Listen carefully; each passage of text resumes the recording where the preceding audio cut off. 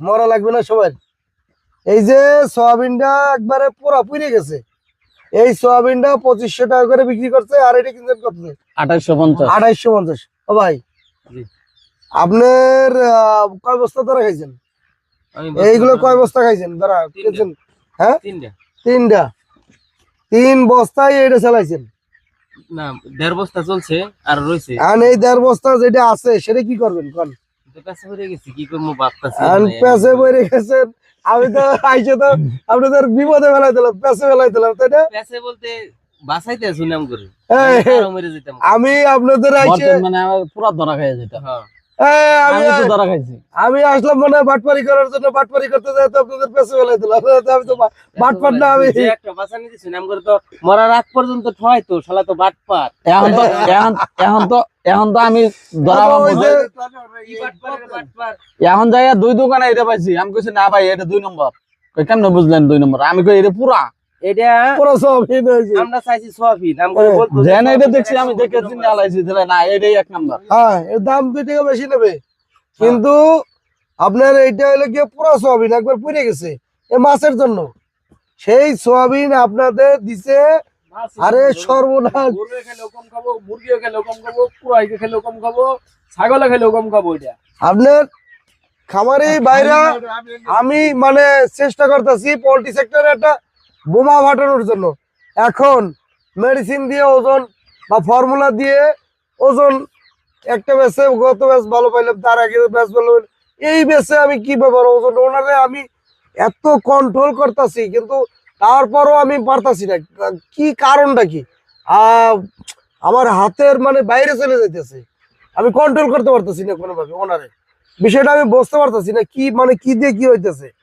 এইখানে আইসে তো প্রথম দেখলাম যে লিটার ভিজা, তারপরে আমার একটা সন্দেহ থাকছে মুরগিতে গত বেচে ওজন ভালো আসলো, এই বেচে মুরগি স্টক করলো, কারণটা কি? মুরগি তো স্টক করার কথা না এখন, হ্যাঁ ওইভাবে গরমটা কিন্তু এখনো আসে নাই।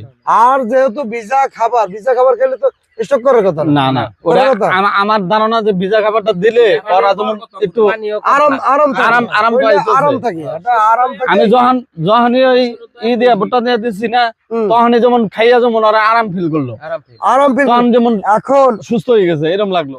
আমাদের সমাজে, এই সমাজের মানুষ কি পরিবর্তন হবে না? এখন আপনার এই জিনিসটার কারণে কি একটা জিনিস আমাদের মানে বড় বড় ব্যবসায়ীরা যদি এইভাবে যার টাকা লস, এই যে লস খাইতেছে খামারিরা, লস খাইতেছে কি কারণে খায়? এই কারণে বাজারে খাবারটা তৈরি করতেছে, অনেকে ফিড মেশিন কিনে ফিড তৈরি করে খাওয়ায়। এভাবে যদি ভেজাল কিনে, ভেজাল সমাজের প্রতিষ্ঠিত ব্যবসায়ীরা ভেজাল দিয়ে খামারিদের বিকারি বানাইতেছে, জায়গা জমি সব শেষ, আর তার আছে সে আরো ডেভেলপ, আরো দরকার, আরো অর্থ দরকার, আরো সম্পদ দরকার, নেশা। হ্যাঁ, নেশা না। আমি বিষয়টা তুলে ধরছি এই জন্য যারা চ্যানেলে আছে সবাই যেন শিখে, নাকি ভাই? আচ্ছা, আপনার এখন এই বিষয়টা তো ক্লিয়ার হয়েছে নাকি? ক্লিয়ার হইলেন? খাবারটা তাহলে তৈরি করি। আজকে যে ওজনটা দেখাইছি কতটুকু দেখাইছি?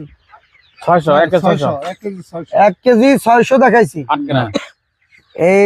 এই ওজনটা 1 কেজি 600, কালকে এই ওজনটা কতটুকু দেখবো। এখন খাবারটা তৈরি করেন।